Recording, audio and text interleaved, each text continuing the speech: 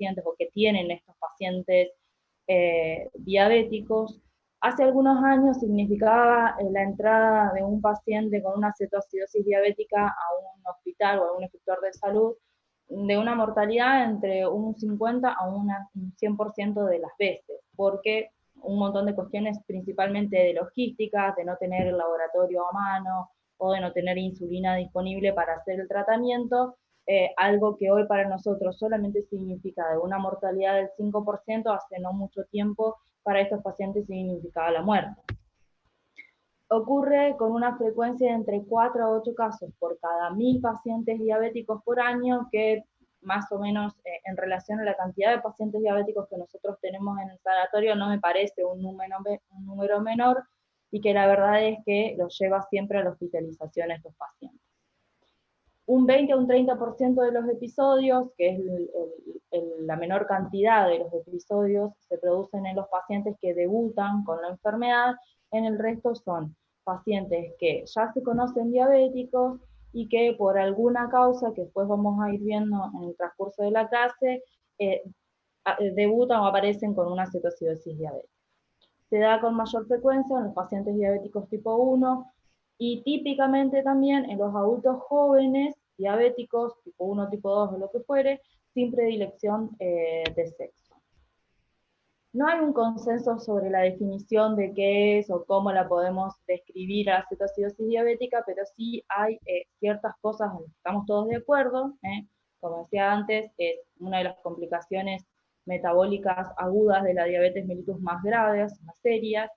Está causado por el déficit relativo o absoluto de insulina y en consecuencia por el aumento de las hormonas contrainsulares, y está caracterizado por una triada clásica, que es lo que vemos siempre en el laboratorio de estos pacientes, que es una glicemia mayor a 250 miligramos por decilitro, un pH arterial de menos de 7,35 o venoso de menos de 7,30 y un bicarbonato sérico de menos de 15 miliequivalentes litros.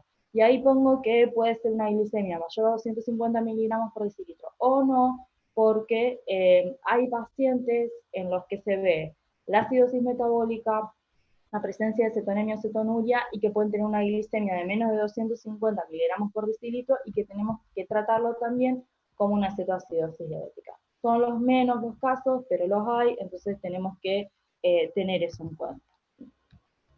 Básicamente lo que ocurre es que debido al déficit de insulina, los tejidos que son insulinosensibles, el hígado, el músculo, el tejido adiposo, entre otros, no pueden usar la glucosa como fuente de energía. Entonces queda ahí circulante.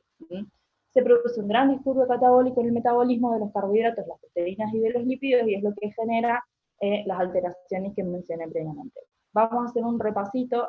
Acá este es el medio interno, que quiere morir, sobre el metabolismo de los hidratos de carbono, los lípidos y las proteínas, lo que pasa para justificar la triada clásica con la que se presentan estos pacientes. Con respecto al metabolismo de los hidratos de carbono, lo que ocurre en los tejidos que son insulinosensibles es que se produce, como decía antes, disminución de entrada de la glucosa y en consecuencia de su utilización, y en el hígado principalmente lo que ocurre es un aumento de la glucogenólisis y de la gluconeogénesis. Esto lo que hace es que haya una mayor disponibilidad circundante de glucosa en sangre y se refleje con la hiperglicemia. Con respecto al metabolismo de los lípidos, acá es donde intervienen principalmente las hormonas o el aumento de las hormonas contrainsulares que juegan su mayor papel, porque lo que generan principalmente la hormona de crecimiento, el cortisol, es que aumente la lipólisis y haya mayor disponibilidad de ácidos grasos, que en algún momento no pueden entrar más al ciclo de Krebs porque está saturado, entonces pasan a la mitocondria del hepatocito, se metabolizan por medio de la beta-oxidación incompleta y generan un aumento de los cuerpos cetónicos. Entonces ahí ya explicamos la hiperglicemia, la presencia de los cuerpos cetónicos. Con respecto al metabolismo de las proteínas, básicamente lo que ocurre es que se produce proteólisis, se generan aminoácidos que después el hígado los va a usar para la gluconeogénesis. Y con respecto al desequilibrio que se produce en el ácido base, vamos a tener principalmente un paciente que viene con una acidosis metabólica, con un anion gap aumentado, que básicamente lo que ocurre es que los cetoácidos que están ahí en el líquido extracelular son estimulados por el bicarbonato, por otros bufferes corporales, y esto resulta en un aumento del anion gap con disminución de el bicarbonato sérico. Siempre tengan en cuenta que lo que aumente el anion gap por sobre el valor normal es básicamente lo mismo que va a descender el bicarbonato. Y breve con respecto a lo que ocurre con agua, sodio y potasio. Al principio suele haber una hiponatremia significativa, pero que usualmente es dilucional y que después revierte.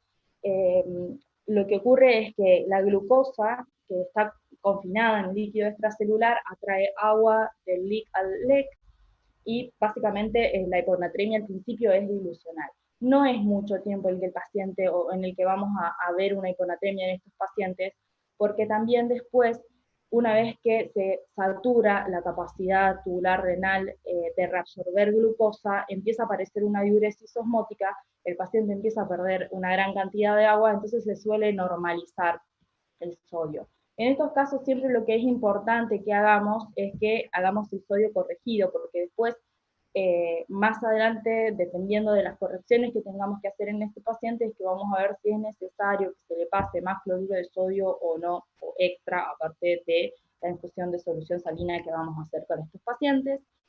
Y usualmente cursan con hipocalemia, que puede estar asociada a disminución de la ingesta o al aumento de las pérdidas, que pueden ser tanto renales como extrarrenales en el caso de los pacientes que vienen con síntomas gastrointestinales asociados. ¿Cómo llega el paciente o cuáles son los síntomas con los que se presenta usualmente? Los clásicos: polidipsia, poliuria, dolor abdominal. Si es un paciente que ya se conoce diabético, va a venir con hiperglicemia, puede venir con náuseas, con confusión, puede venir con disnea. Estos pacientes pueden tener la respiración típica del Kussmaul.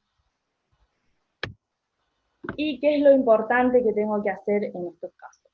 Como siempre, es indispensable una buena anamnesis y un examen físico, porque lo que tenemos que tratar de hacer nosotros con el paciente con la cetoacidosis diabética es básicamente ver si hubo algún factor desencadenante. Son pacientes que no presentan síntomas muy variados o que usualmente no se ven si tienen alguna lesión, sobre todo las lesiones en piel, que son las principales desencadenantes de la cetoacidosis diabética. Entonces es indispensable que hagamos una buena anamnesis y un examen físico de la punta de la cabeza hasta la punta de los pies para ver si hay algo que ha generado que el paciente se descompense. Entonces, como decía, busco un factor desencadenante. Puede ser debut de la enfermedad, el paciente puede no conocerse diabético, pueden ser infecciones, puede ser por abandono de medicación, puede ser por el uso de otros medicamentos. Entonces preguntemos si está usando corticoides, si está usando algún diurético. Pueden ser por estrés, puede ser por politraumatismo, transgresión alimentaria, que no son infrecuentes en los pacientes que nosotros tenemos, o un paciente con un hipertiroidismo que no fue diagnosticado previamente. ¿Qué es lo que voy a pedir en laboratorio? Laboratorio completo, un estado ácido base, un ionograma, orina completa, cultivos, estudios por imágenes. Aparte de lo que ya les mencioné previamente, otras alteraciones que podemos tener en estos pacientes es hemoconcentración, hemoglobina, hematocrito y hemoglobina altos por hemoconcentración. Pueden cursar con leucocitosis, pueden tener una leucocitosis de más de 20.000 glóbulos blancos sin necesidad de estar cursando un proceso infeccioso, pero siempre hay que descartarlo. Pueden cursar con falla renal aguda, con urea y creatinina, todo obviamente secundario a la deshidratación.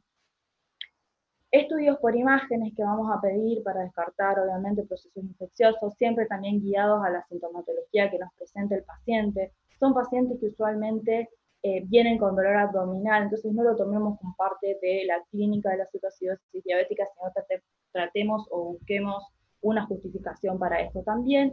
Y es indispensable que a estos pacientes, que a veces lo hacemos, a veces no lo hacemos, dependiendo de cómo estemos, hacerles un electrocardiograma, porque pueden tener infartos agudos de miocardio.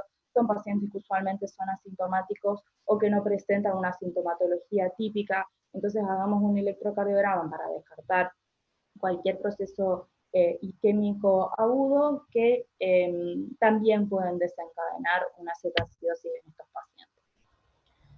¿Qué es lo que tengo que hacer principalmente? Son dos las cosas o los pilares para tratar a estos pacientes. Por un lado la hidratación y por otro lado la insulina. Lo que tengo que hacer es normalizar el volumen circulatorio como objetivo. Disminuir la concentración de la glucosa, que todo esto va a ser básicamente dilucional y también por aumento de la excreción renal, y por dilución también disminuir la concentración de las hormonas contrarreguladoras. Es importante que tengamos en cuenta que estos pacientes son pacientes que aparte suelen venir con algunas otras patologías preexistentes, sobre todo cardiológicas, pacientes con insuficiencia cardíaca y demás. Entonces, tenemos que estar atentos a las posibilidades de que hagan edema agudo de pulmón, y una de las principales cuestiones que ocurren en estos pacientes que resulta fatal es el edema cerebral, que es lo que tenemos que tratar de evitar. Con respecto a la hidratación, ¿cómo lo vamos a hidratar? Lo que se usa es la solución fisiológica, el cloruro de sodio al 0,9%, tratando de evitar el cloruro de sodio al 0,45%, que se predispone, por ser una solución hipotónica, a el edema cerebral. Cuando el paciente esté, o cuando haya signos de shock en estos pacientes, aparte de la solución fisiológica, tenemos que tratar de infundir coloides, albúmina o plasma fresco congelado, que tienen una mayor duración en la sangre porque son moléculas más grandes, entonces permiten mantener el volumen por mayor tiempo, junto con la solución fisiológica se pasan. Lo ideal, o sea, el consenso de lo que encontré en las guías, porque te dicen 7 mililitros por kilo de peso para la hidratación, todos tienen algo diferente. Básicamente lo ideal es que le pasemos 1000 mililitros de solución fisiológica en la primera hora, y que después en las próximas 3 horas reduzcamos a 500 mililitros por hora. En el caso de que el paciente, porque tenga una gran deshidratación o porque los requerimientos sean más altos y qué sé yo, a la primera hora le tengan que pasar 1500 o 2000 mililitros, lo que hacemos en las 3 horas restantes es disminuir lo que le infundo en la primera hora a la mitad. Algo que no solemos hacer nosotros, que después, o sea, empieza con hipoglicemia, le apagamos la bomba, es empezar a infundirle, junto con la insulina y junto con la solución fisiológica que le estemos pasando. Cuando le baja la glicemia por menos de 200 miligramos por decilitro, lo que tendríamos que hacer es colgarle un dextrosa al 5% para evitar que hagan la hipoglicemia estos pacientes. Siempre tratando de que cuando empecemos a infundir la dextrosa esté en la glicemia por debajo de 200 miligramos por decilitro y que no tenga cuerpos cetónicos. E inmediatamente cuando el paciente pueda tolerar la vía oral, empezamos con líquidos por vía oral. Con respecto a la insulina, el paciente llega y le cuelgo la bomba de infusión continua, pero antes de colgarle la bomba de infusión continua, tenemos que hacerle una dosis de insulina corriente en bolo, endovenoso, 10 unidades, un máximo de entre 6 y 12 unidades, como dosis inicial. Y después sí le cuelgo la bomba de insulina. Lo ideal es hacer una unidad por mililitro, o sea que como hacemos ahí en el sanatorio, que creo que se hace, no sé, 100, no sé bien cómo es que lo preparan, y de infundirlo en 7 a 10 mililitros por hora. Si vemos que no baja de entre un 5 a un 10% por hora durante las primeras 2 horas de la infusión de la insulina, le tengo que duplicar la dosis. Y como había mencionado antes, cuando la glicemia está por debajo de 300 miligramos por decilitro y no tengo cetonuria, ahí ya puedo empezar con la vía subcutánea. Y a la bomba la voy a apagar 2 horas después de haber empezado con la infusión, o con la insulina, perdón, subcutánea. Con respecto al bicarbonato, ahí estuve leyendo y la verdad es que es muy controversial, hay algunos que lo indican, otros que no lo indican. Bueno, ¿cuándo lo vamos a pasar? Solamente en los casos de que tengamos un pH menor que 7, un pH menor a 7,1 y que el paciente esté con una respiración de Kussmaul, o que esté en shock y que no responda a la reposición de volúmenes, o que no responda después de unas horas de terapia convencional, de lo que veníamos haciendo. Y siempre que tengamos una hipercalemia mayor a 7.000 equivalentes litros. No es frecuente que el paciente esté con hipercalemia, suele cursar con hipocalemia, pero en el caso de que así sea, también es indicación del bicarbonato. Lo ideal es pasar entre 50 a 100.000 equivalentes en 30 a 60 minutos por vía endovenosa. La reposición del potasio es importantísima, que es obligatoria, excepto que el paciente tenga una hipercalemia severa, como la que mencionaba previamente, o que esté en anuria, entonces no va a tener excreción renal, y lo único que vamos a hacer es subírselo sin tenerlo controlado.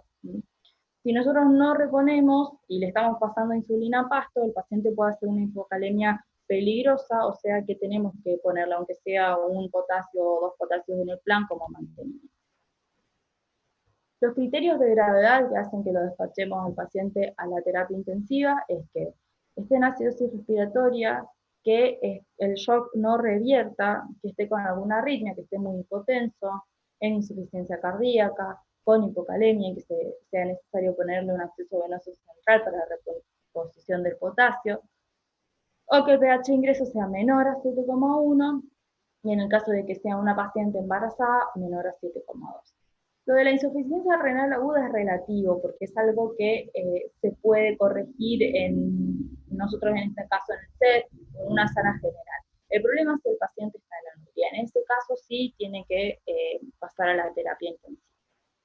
Las complicaciones, la verdad es que las complicaciones son básicamente respuesta del manejo que nosotros vayamos teniendo, o sea, nos puede hacer una hipoglicemia, nos puede hacer o sea, puede estar hiperglicémico permanentemente porque no estoy dando la insulina que requiere, o hipopotasémico o hiperpotasémico, o sea, son todo alteraciones del medio interno que van a estar de la mano dependiendo de cómo yo esté manejando la situación de este paciente.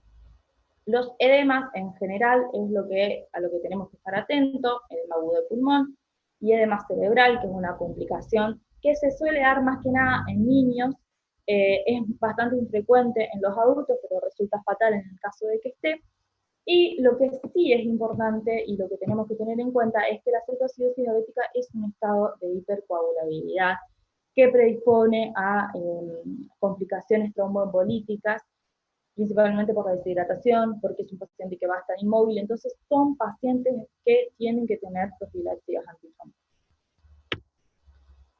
Con respecto a los diagnósticos diferenciales, el principal, como les decía antes, que es otra de las urgencias en los pacientes diabéticos, el estado o el coma hiperosmolar no cetósico, en el que básicamente no hay cetosis, a diferencia de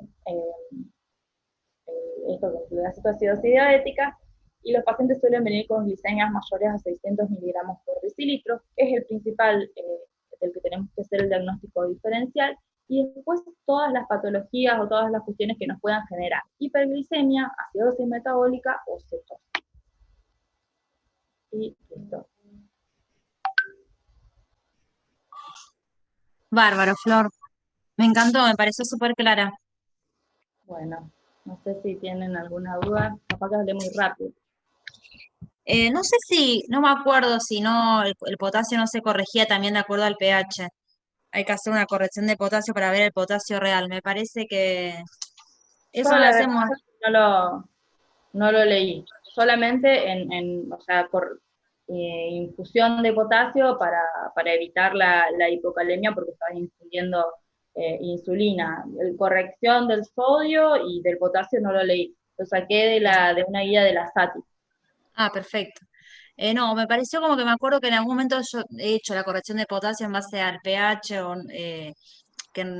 si el potasio real, a veces tenés un potasio justo y el real es menor por la acidosis. Claro, Pero no sé si, el potasio sérico, bueno, sí, sí, se puede. pero después me voy a fijar, no me acuerdo. Igual no está en todas las guías eso, ¿no? Lo que sí que es verdad que te dicen que hay que reponer los 20.000 equivalentes, o sea, tiene que tener una cantidad de 20.000 equivalentes día, al menos, que sería un potasio en el plan un potasio en un suero de 2.000 más o menos. Sí. Claro, los chicos tienen alguna duda, algo que quieran comentar. Qué al pedo que usamos el bicarbonato. Sí, no se usa. En realidad ninguna, después terminé buscando en otra porque no lo recomiendan básicamente el uso del bicarbonato. No, el bicarbonato está, no hay que Es, usarlo. o sea, para terapia, para el paciente que está en terapia, nosotros no. No, hidratación, porque está. Ah, y no me acuerdo si lo nombraste, cuando tiene menos de 250 de glicemia, se empieza la reposición de dextrosa. Sí, sí, sí, sí, al principio. Ah, perfecto, perfecto. Em, Eso tenemos que estar atentos porque cuando nosotros estamos haciendo bomba de insulina Sí. y el paciente no le estamos aportando dextrosa, cuando tiene menos de 250 empeora Pagamos la la bomba y acidosis. Em, hacemos cualquier cosa. Me queda la duda de decir cuándo, o sea, suspendemos la bomba y pasamos a las insulinas como lo venía haciendo, o si son nuevas, cuando mejore la clínica, digamos. No, cuando esté por menor de 300 tiene que estar la glicemia por debajo de 300 miligramos por decilitro y el paciente no tiene que estar, no tiene que tener cuerpos cetónicos dando vueltas. O sea, deberíamos pedirle una cetonuria y si la cetonuria es negativa, ahí ya podés empezar con insulina basal. Claro, y salir de la acidosis. Una vez que el paciente sale de la acidosis y tiene valores de glicemia estables, se puede sacar la bomba, y es importante sí, que por ahí eso tampoco somos tan estrictos, pero hay que hacer el análisis de sangre, digamos, ionograma bastante seguido, ácido base y ionograma. ¿Sí? Por lo menos se recomienda a las 2 horas que empezar la infusión de bomba de insulina y después hacer a las 4 horas, pero hay que hacerlo bastante, bastante seguido. Son cosas Por que lo por menos, ahí sí. o sea, lo hacemos, quizá le pedimos al otro día, todos te recomiendan, o en todas las guías lo que recomiendan es que se haga de forma periódica en las primeras 24 horas para ir viendo qué es lo que hay que corregir. Lo que pasa es que nosotros por ahí a los pacientes estos los tenemos en el SER, monitorizados, entonces como que nos desligamos un poco de la cuestión, pero la idea es que que tengan un mayor control. Sí, por lo menos a las 2 horas de empezar la infusión de insulina o a las 4 horas al menos, tener un nuevo control, ¿no? Que empiece con una bomba de insulina a las 2 o 3 de la tarde y no tengamos un laboratorio hasta el otro día. Sí. Porque ahí no se nos pierden muchos valores de ionograma, digamos, de medio interno de pH que tenemos que estar atentos para la corrección. Pero bueno, con bomba de insulina estos pacientes revierten muy rápido. Sí, la taquipnea es por la gran acidosis metabólica que tienen. Entonces compensan y están taquimneicos bastante, bastante importantes, la taquimnea que presentan, y cuando están obnubilados y con este deterioro, digamos, con una frecuencia respiratoria muy alta y muy ácido, en esos casos los subimos a terapia. Eh, y lo hacen más que nada los chicos jóvenes, lo del tema de estar obnubilado. Es verdad que como que le pasa más a los jóvenes. Uh-huh. Así que bueno. Bueno, Flor, re bien, me encantó la charla. Bueno, listo. Bueno, chicos, que anden bien. Saludos a todos. Gracias, Flor. Chao. Chao, Flor, gracias. Adiós.